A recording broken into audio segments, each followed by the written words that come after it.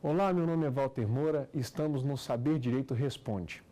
Nós vamos responder aqui as perguntas das aulas que foram dadas no programa Saber Direito e eu vou passar agora a palavra para a Patrícia para que faça a primeira pergunta sobre o tema Direito do Consumidor. Cobranças feitas pelas empresas fornecedoras a consumidores inadimplentes por telefone no período da noite ou no final de semana são abusivas? Essa é uma boa pergunta, Patrícia. A gente viu que no direito do consumidor existe a tutela do indivíduo. O fornecedor, quando tem uma dívida para cobrar do consumidor que está inadimplente, ele pode exercer o direito de cobrança. Só que o direito, e na verdade é o poder de cobrança, ele deve ser desenvolvido com as limitações da razoabilidade, evitando o abuso do direito de cobrança. Os atos de cobrança, eles podem ser feitos pelo meio eletrônico, se o consumidor forneceu os dados de e-mail, ele pode ser feito por carta, se você forneceu o seu endereço, e por telefone, se houver a autorização e houver o fornecimento da linha telefônica no momento da contratação. Agora, o que nós vemos que é cada vez mais comum são essas cobranças feitas por telemarketing ou por setor de atendimento ou pelo próprio fornecedor no período de descanso do cidadão. Ou seja, você falou na parte da noite e também nos finais de semana.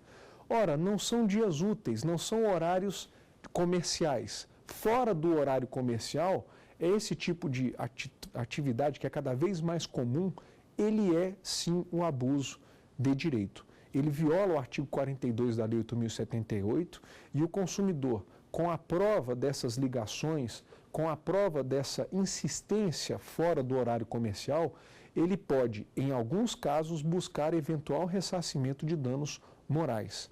Ora, eu chego em casa, eu sou devedor, não nego, pago quando puder, mas eu quero ter o meu direito de descanso resguardado. E o fornecedor deve respeitar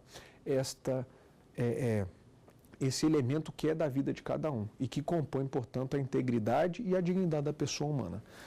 Podemos cobrar enquanto fornecedores? Sim, mas dentro do horário comercial e dentro das vias que não abusem do direito de cobrança. O que fazer se a empresa que lesou um consumidor fechou as portas? Olha, essa é uma situação, Safira, que infelizmente é muito comum no Brasil. Principalmente em momento de crise que nós temos alguns fornecedores que realmente estão fechando as portas dentro do mercado de consumo. Olha, nessa situação nós podemos ter a intervenção não só do direito do consumidor, mas também do direito falimentar, das hipóteses de recuperação judicial, que são legislações que não estão dentro do Código de Defesa do Consumidor, mas que acabam por disciplinar quando as empresas fecham a porta e deixam débitos, nesse caso, com os consumidores.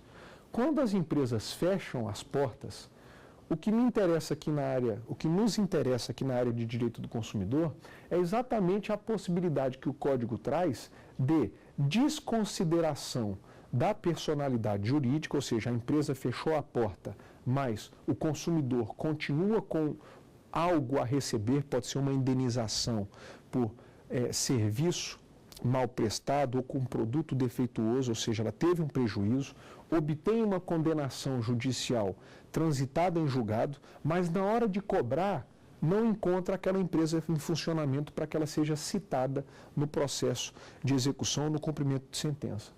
O que nós vamos fazer? Nós vamos buscar, dentro da sistemática do Código de Defesa do Consumidor, a desconsideração da personalidade jurídica daquela fornecedora e verificar se eu sou consumidor e tenho um valor a receber, eu vou buscar satisfazer esse meu crédito com o patrimônio dos sócios, o patrimônio deixado pela empresa. E isso daí é feito não só em processo falimentar ou em recuperação judicial, não importa, mas isso é feito com a autorização expressa do Código de Defesa do Consumidor. Se a empresa fecha a porta, isso infelizmente é muito comum no Brasil, o consumidor vai buscar uma sentença de conhecimento daquele crédito e buscar cumprir aquele crédito não mais naquela empresa que fechou as portas, mas com os empresários que estão por detrás daquela empresa e o patrimônio que ele tirou da empresa, tirou do consumidor e levou para o patrimônio particular. A desconsideração da pessoa jurídica é um instituto que foi reforçado já existia na doutrina, existia em legislação esparsa, mas foi reforçado pela 8.078 e hoje já é bastante comum na jurisprudência brasileira. As publicidades de produtos em canais infantis, especialmente de TV a cabo, elas são abusivas? Olha, essa pergunta sua, ela é uma pergunta que ela admite algumas respostas possíveis. Primeiro, quem anuncia no mercado tem a liberdade constitucional de exercitar a oferta dentro de uma autonomia, dentro de uma liberdade artística que é garantida pela Constituição. Então, o anunciante, ele é livre para exprimir sua capacidade artística para oferecer um produto e um serviço. O código elimina esse direito que o fornecedor e o anunciante têm? Negativo, ele não elimina.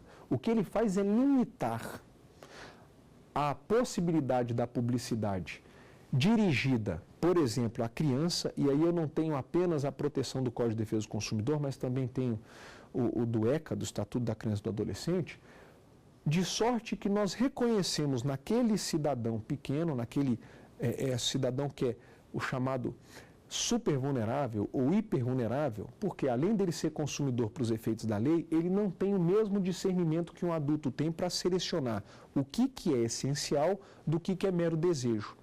Na verdade, as crianças que ainda estão em processo de formação e educação, quando elas se deparam com publicidades ou com anúncios de produtos em canais infantis, elas ainda estão numa fase de misturar realidade com sonho, com desejos. E daí porque a gente conhece que quando você mistura publicidade com canal infantil, você passa a criar um exército de pequenos seres humanos que repetem quase que automaticamente o que a televisão fala. E esse repetir, ele pode induzir a uma publicidade que sim, ataca ou abusa o valor da sociedade, induzindo as crianças a um comportamento ou a um perfil de consumo que elas não têm noção do que significa.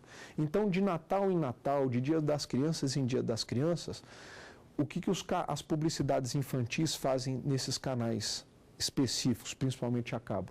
Criam figuras de desenhos animados ou de novelinhas ou de séries infantis, trabalham uma marca de produto agregada a isso e depois consegue com que as crianças passem a repetir isso incessantemente. O fato é que, se fôssemos controlar essa publicidade, ela deveria ser bastante restrita, sem induzir comportamento nem um modismo no consumidor infantil, que é um consumidor que precisa de uma proteção especial. Eu não estou falando de eliminar a publicidade infantil, mas ela tem que ser bastante regrada e aqui no Brasil ela ainda precisa de muita atenção das autoridades de defesa do consumidor e do próprio Ministério Público. Um comprador de veículo zero, ele descobre depois de 2 meses de tirar o carro da loja que ele está com defeito e ele fica mais de 3 meses sem o carro, quais são os seus direitos? Aí a gente está saindo do campo das práticas abusivas e está indo para a proteção contratual, porque o adquirente de um veículo descobriu, na verdade, comprou seu carro zero e não viu seu carro funcionar, levou para a concessionária, é isso? E lá na concessionária o carro ainda demorou para ficar consertado. Olha, aqui eu tenho uma situação que é muito comum no Brasil, infelizmente. Você compra o carro zero, você paga uma verdadeira fortuna hoje no Brasil. Quando você compra o carro zero, você está retirando um carro que a quilometragem tem que ser zero.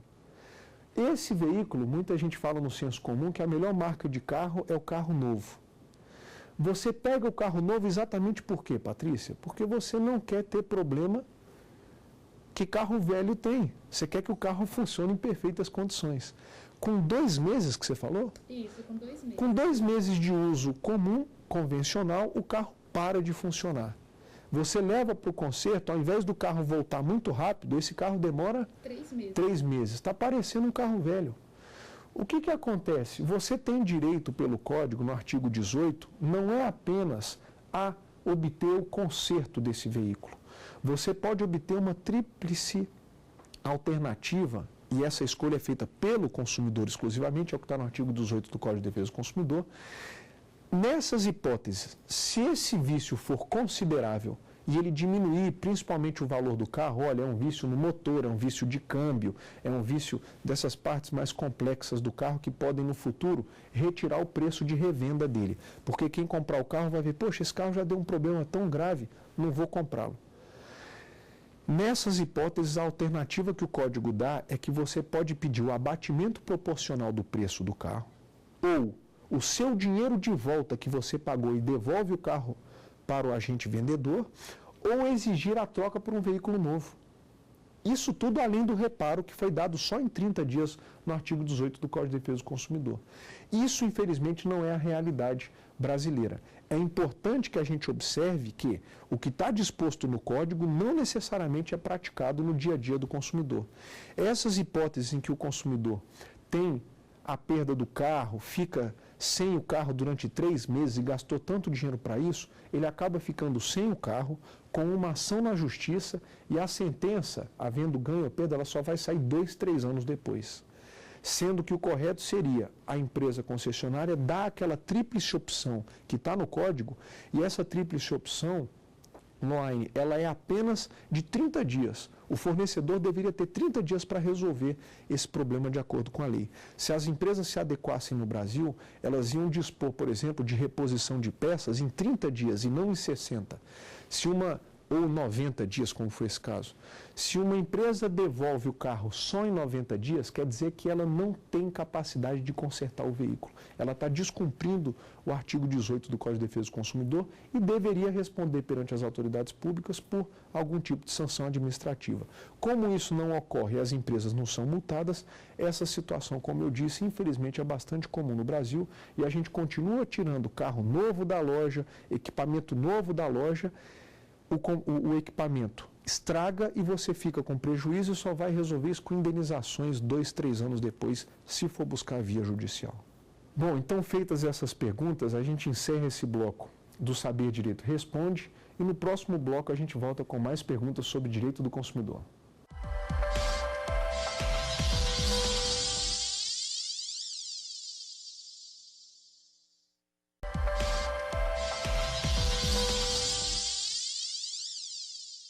Estamos de volta com o Saber Direito Responde. Estamos aqui com a Patrícia, com a Loaine e com a Safira, e vamos tratar sobre direito do consumidor.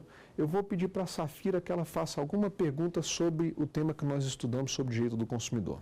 O cadastro positivo funciona no Brasil e os bancos podem usar dados de qualquer cidadão? Safira, esse tema é bastante atual. Ele foi objeto de uma audiência pública pelo Superior Tribunal de Justiça recentemente. A lei que criou o cadastro positivo no Brasil, ela é também bastante recente. Essa discussão, ela autoriza, sim, os bancos a se utilizarem, como dispôs a lei, das informações positivas que os consumidores têm no mercado. O que seriam essas informações positivas? É todo o histórico de contratações que eu consegui pagar em dia no meu histórico de compras. Então, se você financiou um carro e pagou em dia, se você parcelou uma casa e conseguiu pagar em dia, ou até uma compra de roupa numa loja, essas compras elas vão acumulando não um histórico de débito, como é no cadastro de devedores, mas um cadastro positivo, ou um conjunto de informações positivas que, em tese, pela legislação, deve ser computado como uma pontuação que vai melhorar, o que significa scoring? A pontuação do consumidor, se possível, reduzindo a taxa de juro para as próximas contratações. Então, se eu tenho um bom cadastro positivo, eu tenho que pagar o juro no menor preço. Isso é o que está na sistemática brasileira. Eu não tenho condições de te informar se isso está em prática no mundo real. Nós não temos informações ainda empíricas, reais, de como está sendo trabalhado isso no dia a dia da concessão de serviço bancário. O que a gente sabe é que os bancos usam o sistema de credit scoring, o cadastro positivo está autorizado pela legislação brasileira, mas o que nos importa como consumidores é saber se eu sou um bom pagador, vou pagar o juro menor ou não. Isso ainda é uma página para o futuro do Código de Defesa do Consumidor, que a gente pode exigir, por exemplo, por intermédio de entidades de defesa do consumidor do próprio Ministério Público, de que os efeitos do cadastro positivo sejam trazidos na prática para os consumidores. Quando um acidente ferroviário é causado por surfista de vagão que venha a falecer, o transportador responde civilmente? Boa essa pergunta. Nas cidades em que existe o transporte ferroviário, nesse caso é transporte não está dizendo se é passageiros ou não. Não. Pode ser um metrô, pode Sim. ser um transporte de carga, né? É uma infelicidade, Loine, que a gente ainda tenha essa figura do surfista do trem, que é o cidadão que sobe em cima do vagão, arrisca a sua vida, ele transpõe uma faixa que é chamada faixa de domínio, que é algo que ninguém pode ultrapassar, e além dele não pagar o ticket embaixo, ele ainda vai por cima arriscando a própria vida e quem sabe a vida dos demais passageiros, ou do maquinista ou da carga. Olha, pela teoria do Código de Defesa do Consumidor, quando o consumidor, mesmo sendo vítima equiparada, porque na verdade se ele não pagou pelo ticket, ele não é consumidor stricto sensu, ele vai ser consumidor por equiparação do artigo 17. Ele mesmo não tendo pago o ticket e sendo equiparado a consumidor, será que se ele viesse a acidentar, Deus me livre, vamos dizer que ele venha a morrer, esse surfista, ele vai ser tratado como consumidor? Vai. O transportador ferroviário, será que ele vai ser responsabilizado? Pela teoria do código, ao que parece não. Por quê? Porque o consumidor, quando ele dá causa exclusiva ao acidente de consumo, nesse caso a gente está prestes de uma situação que é uma atitude muito arriscada, que é um quase suicídio. A pessoa assume os riscos de pegar carona no vagão, ela está quase que se suicidando ou está na iminência de se suicidar. Essa situação isenta a responsabilidade do fornecedor, e apenas esta. Existe jurisprudência do STJ, por exemplo, impondo um dever de cercamento do transportador ferroviário para que ninguém consiga ter acesso ao vagão. Olha, então se o sujeito subiu no vagão, houve um descuido do transportador ferroviário e não poderia haver a responsabilização exclusiva do consumidor e a isenção total do fornecedor. Essa jurisprudência ela é construída com base em nenhum texto normativo, porque não existe obrigação de cercamento no Brasil. A situação típica é de causa exclusiva do consumidor e isenção de responsabilidade do fornecedor. Mas a construção jurisprudencial está aí e ela deve ser refletida doutrinariamente ou até, se for o caso, mais aprimorada. Mas a pergunta é boa e realmente, quando o consumidor dá causa exclusivamente ao acidente de consumo, nessa hipótese o fornecedor não responde, está no nosso artigo 14 do CDC. É o que fazer quando o fornecedor de produto pela internet ele é de fora do Brasil? Essa pergunta é difícil, Patrícia, porque ela é uma situação que não se resolve pura e simplesmente com o Código de Defesa do Consumidor. O que a gente tem que fazer antes da contratação é identificar, nós temos um decreto hoje que disciplina o comércio eletrônico, ainda não é a atualização do Código de Defesa do Consumidor proposta pelo Senado, mas o que a gente tem que olhar hoje é, antes de contratar, identificar se o fornecedor, seja ele provedor ou quem ofertou dentro do site, se ele tem endereço físico. Se ele tem um endereço em que ele pode ser citado, em que ele pode ser demandado judicialmente, confira não só no site, mas também no telefone, porque é naquele endereço que você vai conseguir ajuizar uma ação, obter a citação do devedor ou também demandá-lo administrativamente, se for o caso de acionar o PROCON ou alguma entidade de defesa do consumidor. Se você não identifica o fornecedor do comércio eletrônico, e pior, identifica que ele não tem endereço no Brasil, ou que o proxy, ou que o endereço eletrônico dele é de um site alojado fora do Brasil, a melhor orientação, por incrível que pareça, é não contrate. Fuja desse tipo de contrato, porque se você tiver algum prejuízo de consumo com esse fornecedor que é impossível de localizar, você vai ficar com o prejuízo na mão e na hora de demandá-lo judicialmente, muito dificilmente essa ação vai prosseguir por falta de citação válida do devedor.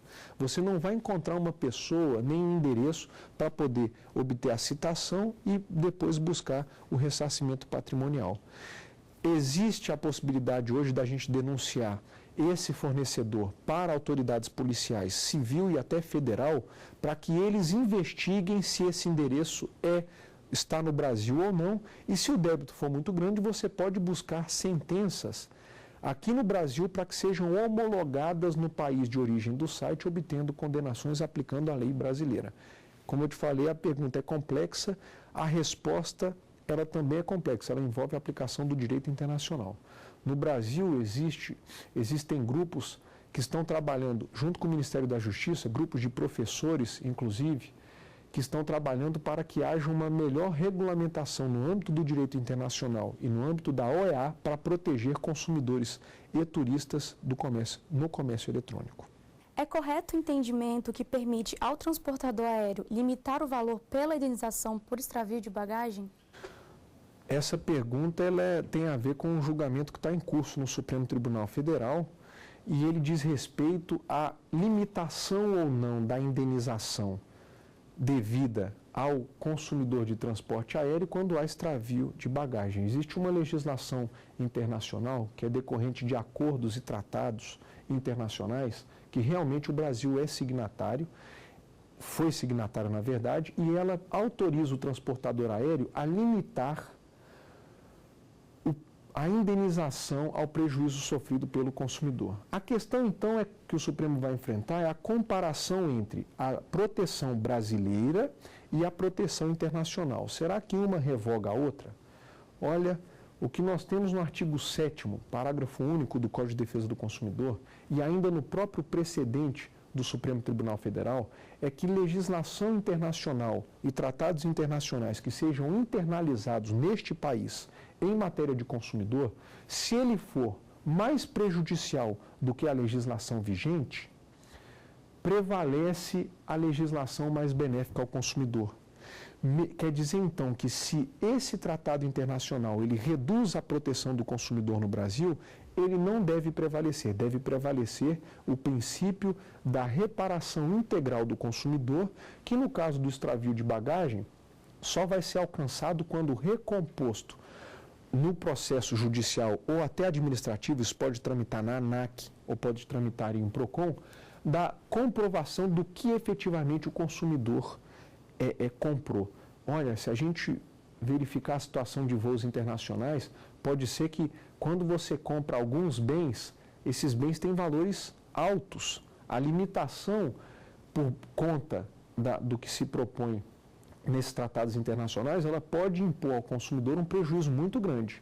Quer dizer, ele comprou e pagou por bens específicos, essa compra pode dar alta, chega na hora de indenizar a bagagem que eu confiei para o transportador, a bagagem some e ele me paga só um pedacinho. Isso é um grande negócio para o transportador e isso não pode vigorar dentro da nossa sistemática, que ainda é a de proteção e reparação integral ao prejuízo experimentado pelo consumidor.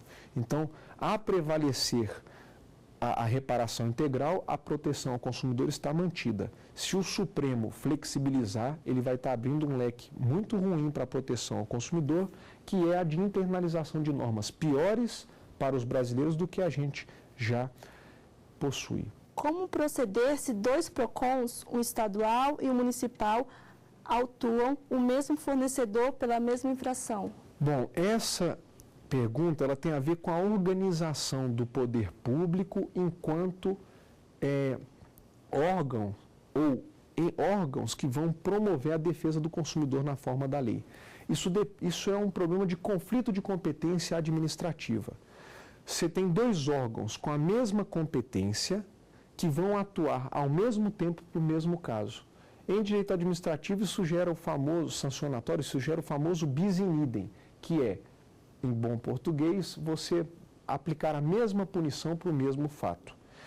Havendo dois ou mais PROCONs, ou até dois ou mais órgãos autuando o mesmo fato e o mesmo fornecedor, deve haver entre esses órgãos uma segregação de competência. Ou se aplica apenas uma multa e a outra se dá por prejudicada, ou estes órgãos vão aplicar um auto só e reunir tudo isso numa operação administrativa, que pode ser esse multirão, uma operação em conjunto de dois órgãos, isso não é impossível. Mas o fato é que o fornecedor não vai poder ser punido duas vezes pelo mesmo fato, por autoridades distintas. O Superior Tribunal de Justiça já examinou essa situação, existe precedente do ministro Benedito Gonçalves, estabelecendo que, respeitado o bis in idem, as entidades, os órgãos de proteção e defesa do consumidor vão ter que aplicar apenas uma sanção para um tipo de infração. Bom, feitas essas perguntas, nós encerramos o Saber Direito Responde. Eu agradeço a participação de vocês, a paciência. Esse tema é muito importante, as perguntas que vocês fizeram são muito pertinentes e eu peço que todos passem a estudar com mais afinco o direito do consumidor para essa nova problemática do comércio eletrônico, do superendividamento, da concorrência de vários órgãos de proteção do consumidor em níveis diferentes, estadual, municipal e federal. Realmente vocês fizeram boas perguntas e isso daí merece muito estudo, não só dentro da nossa literatura, mas também efetuando sua pesquisa de monografia, de pós-graduação, de mestrado, de doutorado, nesse campo do direito do consumidor. Eu agradeço e fico à disposição para mais esclarecimentos. Até logo. Tem dúvidas sobre o assunto? Então, olha só, mande um e-mail para a gente, saberdireitotudojunto@stf.jus.br. Você pode também estudar pela internet acessando o site www.tvjustiça.jus.br.